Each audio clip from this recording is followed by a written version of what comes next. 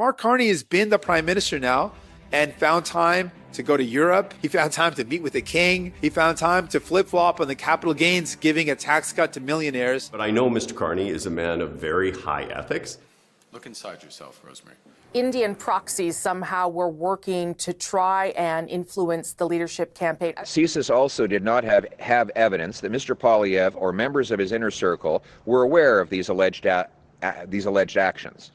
The way this campaign is being carried out now, I believe that things will happen on a daily basis until the end.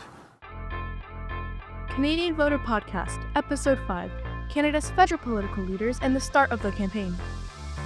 It's official. Mark Carney, the Prime Minister of Canada, has called an election for April 28, 2025. Mark Carney, a rookie politician, has held many jobs throughout his career, but has never been elected. He spent 13 years at Goldman Sachs working on South Africa's post-apartheid venture into international bond markets and was involved with the 1998 Russian financial crisis. From 2004 to 2007, Carney was the Senior Associate Deputy Minister at Finance Canada. He then became the Governor of the Bank of Canada and in 2013 became Governor of the Bank of England. After leaving the Bank of England, Carney became a Vice Chairman at Brookfield Asset Management and an informal advisor to Justin Trudeau. On March 14, 2025, after winning the Liberal leadership race, Carney became Canada's 24th Prime Minister. To those asking how Mark Carney could become Prime Minister without having a seat in the House of Commons, to put it simply, the rules are flexible. A political party may choose a leader who is not a parliamentarian like Carney, or a situation might arise in which during an election a Prime Minister loses their seat, but then runs in a by-election to regain one.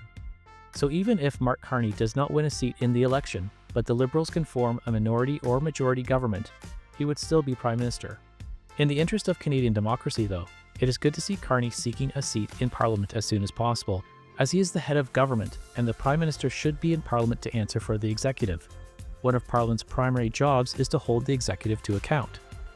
Pierre Poilievre, an elected MP since 2004, is leading the Conservatives. In Stephen Harper's government, he was a parliamentary secretary for the Treasury Board, Intergovernmental Affairs, the Prime Minister, and Transport, Infrastructure, and Communities. He also served as the Minister for Democratic Reform and Minister of Employment and Social Development. Since September 2022, he has served as the Leader of the Opposition. Jagmeet Singh has led the New Democratic Party through 2 elections since 2017. Before federal politics, he became a criminal defense lawyer and was a Brazilian jiu-jitsu champion. After representing an activist group that failed to get its views heard, Singh was inspired to run for political office. Singh also won elections for seats in the Ontario Provincial Legislature in 2011 and 2014. The Green Party of Canada has 2 leaders, Elizabeth May, who was the founding executive director of the Sierra Club of Canada in 1989, was the first Green MP elected in 2011, and Jonathan Pedneau, whose earlier work included journalism and investigative work with Human Rights Watch, is the other co-leader. The Bloc Québécois is once again led by Yves-François Blanchet, who has been an MP and party leader since 2019. Before entering federal politics, he worked as a teacher and was president of the ADISQ, a non-profit organization supporting Quebec's independent music industry. He also has experience as a member of the National Assembly in Quebec as Minister of Sustainable Development, Environment, Wildlife, and Parks from 2012 until 2014. As of day 2, the big announcements from the Liberals is that they will cut income tax by 6.6% for someone earning at least $57,375, and in a surprise move, stated that Mark Carney will not participate in the TVA French language debate, leading the TVA to cancel it. Pierre Poilievre also announced an income tax cut for those earning at least $57,375. However, the Conservatives will cut the tax by 15%, not just 6.6%. In another twist, CSIS alleged India organized support for Poilievre's 2022 leadership campaign. It is strange that CSIS would make this announcement during an election. It reminds me of the 2005 to 2006 campaign, when the RCMP announced the Paul Martin government was being investigated. The NDP has promised to unlock public land to build more homes, while the Bloc has condemned the proposed tax cuts by the Conservatives and Liberals and stated their frustration with Carney dropping out of the French language debate.